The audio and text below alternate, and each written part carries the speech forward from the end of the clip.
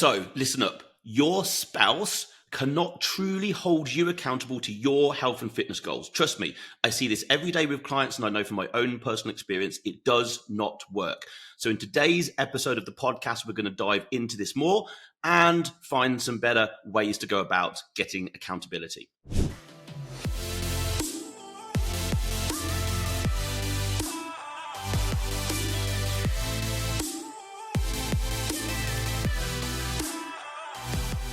So Alphas, as always, welcome back to the show. My name's Andy Naylor, CEO and founder of Naylor Body Design and your host of the Optimal Alpha podcast. And we continue the family series, a little mini series that I've been doing, thinking about the world of family, how it helps and maybe doesn't help in terms of us moving towards our own health and fitness goals. So today I'm going to dive into what could be a quite interesting topic. Certainly, I've had a lot of consultations actually over the last month. In fact, it was over August, where quite a few couples came in. So married couples came in at the same time. And it was very interesting asking them both questions and watching how one answered and how the other one sort of looked at them to say, I don't quite think that's the real answer, which sort of poses the question that there's always tension's not the right word. Maybe it is, but there's always something between couples that one will say one thing, one thinks the other. You know, this is something that can be interesting, I think, if you then try and take that a step further and actually think or ask your spouse to hold you accountable to your health and fitness goals. While a spouse partner can be a great source of, I hate to say the word motivation, but certainly support, they cannot be solely responsible for another person's health and fitness goals. Okay? Here's my top 10 reasons why. So, first of all, number one, personal responsibility. Ultimately, each human is responsible for their own health and well-being. It's as simple as that. Accountability has to come from within. But I would also say more effectively, it should come from an outside source that is only actually there for those particular goals, not from another relationship. Okay? Husband and wife have a different relationship, an emotional-based relationship from the start. So accountability is not really an emotional thing. It really ought not be. Here's an interesting way of looking at it, some perspective. I'd say that it's quite possible that every great singer on the planet has a singing coach. I'm pretty sure Michael Jordan probably had a shooting coach, and many business leaders have a mindset or a strategy coach. In other words, people around us that are only involved for one thing, which is to hold accountable and help on that particular thing. So pulling your spouse in, your partner in, to help on something outside of the relationship that you're already in, I think is just a route to failure. Number two, different motivations. What motivates and drives one person might not really ring true and be effective for another. We're all coming from different directions, right? Your spouse might not have, or might have different reasons for pursuing their own health and fitness and wellness, which might not resonate with your reasons. There might be a mini conflict in there. It might be something very simple. You might be going after getting the best physique you can possibly get, and they might be going after improving a health concern. They're different. This might then lead to possibly a clash of drivers in the household. Right? They might start small, little things, but I'm sure, as we all know, little things can then become niggles that can aggravate, can then become a big problem. And this does become a problem, especially if there are little humans wandering around watching you two. Not good. Number three, different priorities. Your spouse may not prioritize health and fitness in the same way that you do. I do see this all the time when I will be speaking in a consultation to somebody, and I will always ask about spouse and these sorts of questions. And sometimes they're like, yeah. In fact, someone said to me a couple of weeks back, my spouse wants me to do something so much they're technically shaming me into doing something, and they're 200% behind it. Now, I'll get something on the other side where someone says, yeah, my spouse really couldn't care less about health and fitness, but I really do. Right. Now, imagine if that person, the second example, went off to that spouse and asked them to hold them accountable. It's failed from the start. The spouse also may have other commitments and interests that divert their attention and might be higher on their priority list. Nobody can tell another human what should be on their priority list, technically. It's just, that's simply not fair. Each person are their own person, And if priorities don't match, this will also lead to conflict in the marriage or in the partnership. Number 4, boundary respect. Continuously relying on your spouse for accountability may well breach boundaries of the original relationship. If you think about it, right? It's important to respect each other's space and not impose undue pressures onto the relationship and onto the individual. It's most likely, if you're married or you're in a long-term relationship, that began from a place of love and probably affection, okay? Those need to be respected. It's then really nearly unfair to ask for accountability that could have a negative effect on those core marriage partnership principles. So don't do it. Number 5, stress on the relationship.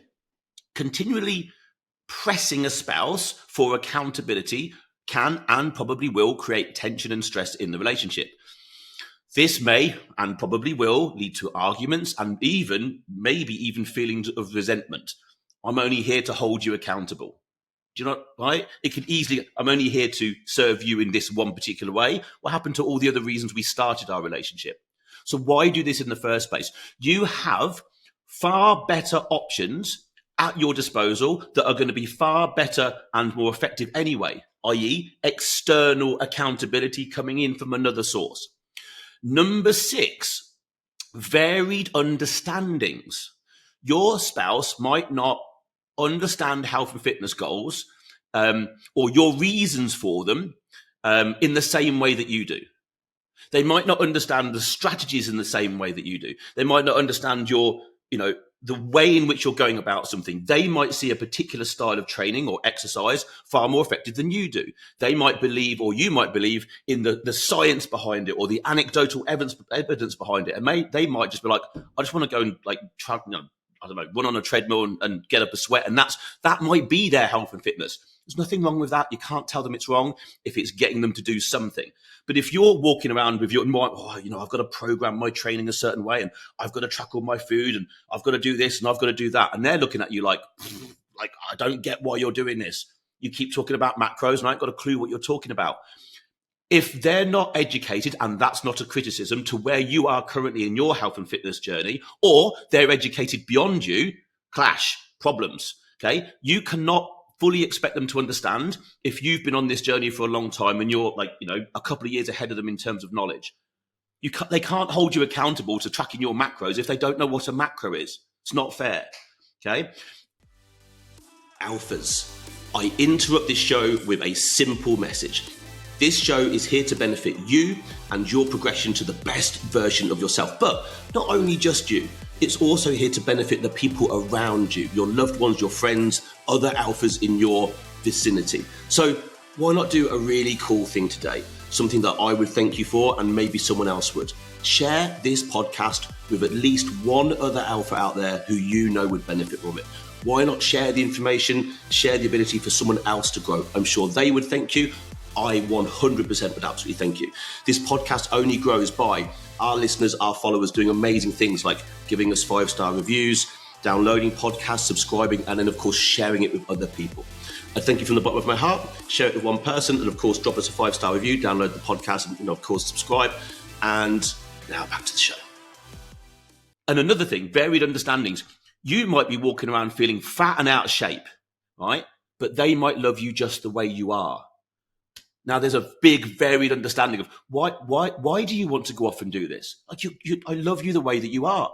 Why are you so hell bent on losing another 40 pounds? And why do you spend every waking moment in the gym?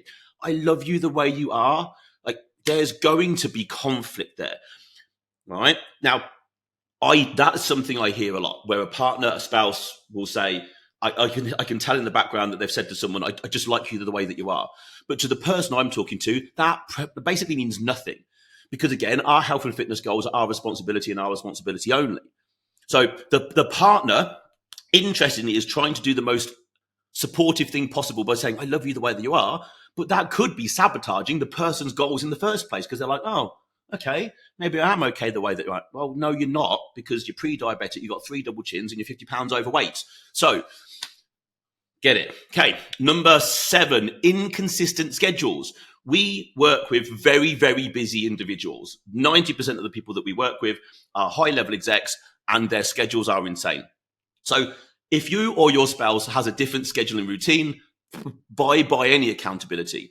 If you've either got lots of travel and work, and again, most of the people that we work with are on and off planes, in and out of meetings, moving around the country, they are busy.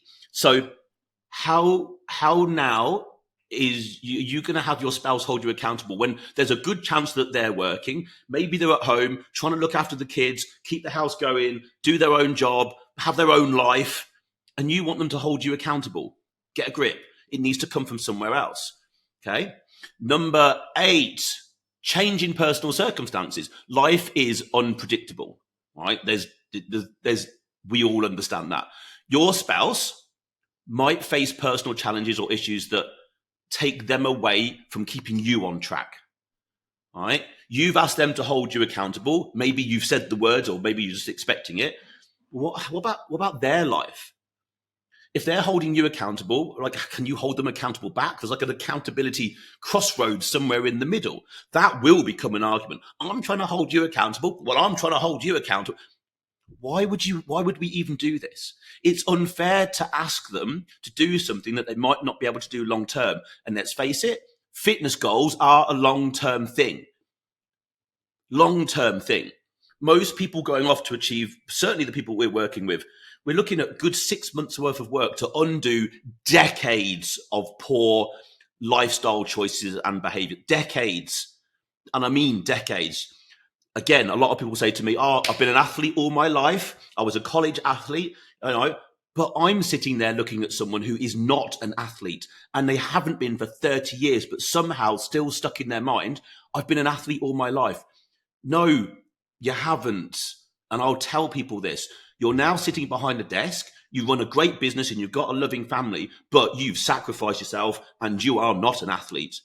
You're pre-diabetic, maybe you've got high blood pressure, you're clearly carrying too much body fat, and you do not have enough muscle to support where you think that you are. So therefore, it's a long-term goal to get someone back to where they need to be. So how can we therefore then expect a spouse or a partner to come on that long-term journey? It's not fair. Number 9, differing knowledge. So I kind of covered this a moment ago. So your spouse might not be as knowledgeable about health and fitness as you are. So their guidance or accountability checks might not be as effective as a professional or someone more versed in this area. So again, we go back to that macro thing. Someone can't hold you accountable on macros if they don't know what they are. Someone can't hold you accountable on the progression scheme in your training if they don't technically know how to train properly themselves. You're asking the impossible. That would be like asking me to check, that someone is able to read music and, can play the piano well. I haven't got a clue. Does it sound good? I don't know. Are they reading the music or just making it up? I don't know. I'd be asked to hold someone accountable for something I have absolutely no knowledge and experience in. So there's a good chance, if health and fitness is your thing, the thing that you're after, if you've got a partner and spouse and they're not up to the same knowledge level as you, they can't hold you accountable, because you're always going to be able to go, oh yeah, but I haven't tracked my macros because of blah, blah, and bloody blah. And they're not going to know any different. You've just kidded them and made them probably feel a little bit of a fool, and more worse, you've just fooled yourself. Okay. Number 10, external validation. So relying on external validation from a spouse can be detrimental in the long run. It's important to find an intrinsic sort of motivation for any long-term goal that is sustainable. So we've spoken about how could you possibly ask your spouse to hold you accountable over the long term. You can't, it's not fair. You need to find another route. Now, a lot of that accountability has to come from the inside, but most people need external accountability. In fact, we all need external accountability. If we're going to go off and achieve big goals that are life-changing, that need to stick for the long term, we have to get external accountability. A really simple, showing of poor accountability is what people do over the course of just 7 days. The amount of people out there on a fitness journey who'll be really good for 5 days, hold it all together and then shove it up the wall for the 2 days of the weekend. Why? Because they deserve it. Because they've worked so hard and now they deserve giving themselves some. That's lack of accountability. It's lack of discipline, lack of commitment. But ultimately, if there was external accountability, i.e. that individual had to report back to someone and go, yeah, I messed it all up at the weekend again. And that accountability is going to go, okay, so you're just holding his, and then there goes the actual methodologies of coaching in the background. Because accountability and coaching are very similar. So if a spouse can't coach you, they can't really hold you accountable. Yes, they can support you, but that's about really the only thing that they can do to make it safe and effective for you in the long run. Hope you've enjoyed the show. If you've found this useful, please do me one thing. Share it with one person who you think would find this useful, and hopefully they'll come along and listen to the show. Outside that, go and have an amazing day, and I'll speak to you soon.